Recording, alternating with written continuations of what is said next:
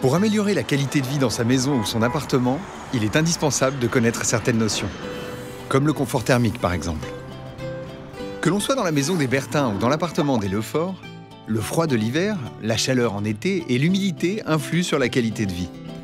Une température mal contrôlée peut perturber notre sommeil, occasionner de la fatigue et ainsi fragiliser notre santé. Et pour certains, une humidité trop forte pourra provoquer des problèmes respiratoires. Mais au fait, qu'est-ce que c'est que le confort thermique? Concrètement, il correspond au bien-être lié à une humidité et une température ambiante agréable. Une température trop faible ou trop élevée perturbe le confort des deux familles. Elle peut être due à des équipements mal adaptés ou peu performants et un bâtiment mal isolé.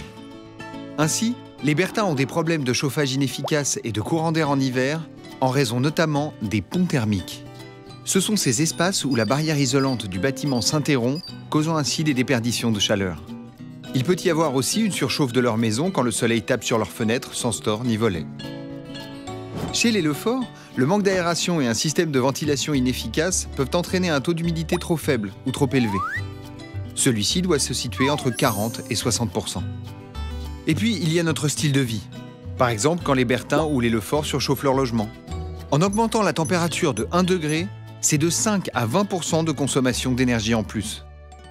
Mais savez-vous qu'il existe plusieurs solutions pour améliorer le confort thermique chez vous?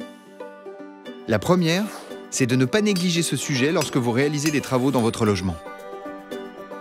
Veillez à ce que les systèmes d'isolation, de ventilation et de chauffage soient adaptés à la taille du logement ainsi qu'aux conditions climatiques locales. Assurez-vous de bien isoler votre logement au niveau des murs, des planchers et de la toiture. Choisissez des fenêtres double vitrage équipées d'entrées d'air et thermiquement performantes. Et installez des volets ou stores pour occulter le soleil. Si comme les Bertins vous changez votre système de chauffage, privilégiez des équipements performants comme par exemple une chaudière gaz à condensation, une pompe à chaleur, un chauffe-eau thermodynamique ou une chaudière bois. Et choisissez des produits certifiés.